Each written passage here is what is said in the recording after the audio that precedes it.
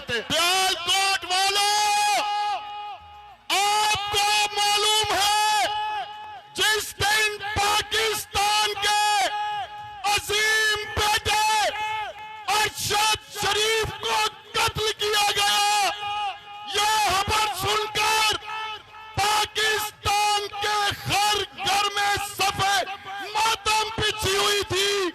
पाकिस्तान का एक भगोड़ा लीडर दिवाली के केक काट रहा था, अपनी बेटी को मुबारक दे रहा था।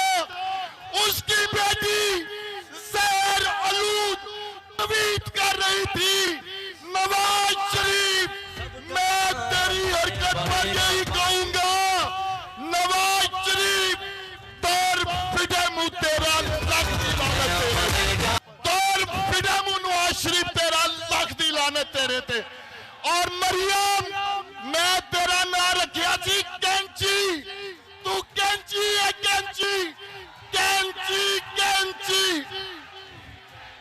कैंची कैंची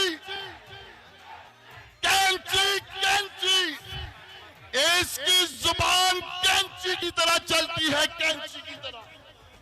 आज आप सिर्फ पाकिस्तान तहरीके इंसाफ के ओहदेदार नहीं हैं, आप सिर्फ पाकिस्तान तहरीके इंसाफ के कारकुन नहीं हैं, खुदा की कसम आप तहरीके आजादी के कारकुन हैं। जब मैं छोटा होता था तो मेरे दादा बड़े फख्र से मुझे कहते थे कि मैं तहरीके आजादी का कारकुन था, मैं मोहम्मद अली जिन्ना का सिपाही था। मैं आपको दावे से कहता हूं कि आने वाली सदियों में हमारी इस तहरीक की, हमारी इस जिद्दोजहद की, हमारी इन कुर्बानियों की तालीम दी जाएगी स्कूलों के अंदर। सियालकोट की तंजीम मुकम्मल होने पर आपको मुबारकबाद।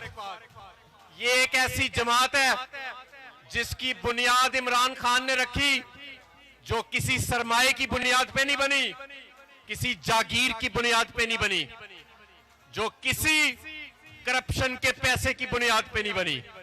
दो खानदानों की इजारादारी को मुनज़्ज़म होकर हमने तोड़ा है। और कैसे तोड़ा है?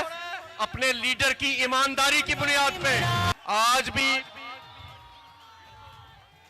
भी मैं ये वाजे कर देना चाहता हूं, ये तहरीक अब पाकिस्तान तहरीके इंसाफ के इक्तदार के लिए नहीं रही।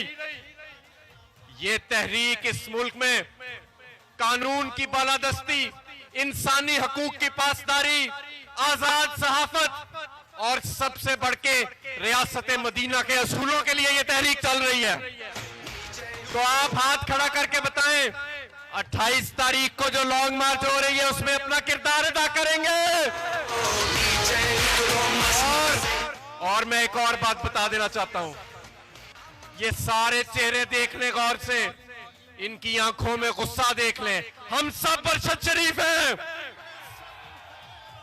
हमें कोई नहीं डरा सकता, क्योंकि ला इलाहा इल्लल्लाह ने हमें आजाद किया है। और आज अल्लाह के फजल से हमें मौत का भी डर नहीं है। हमें अगर लालच है किसी चीज की, तो वो इस मुल्क में अदल और इंसाफ के निजाम की लालच है। और इंशाअल्लाह ताला 28 अक्टूबर को खल्के खुदा इस मुल्क पे अपना फैसला सुनाएगी। बहुत शुक्रिया।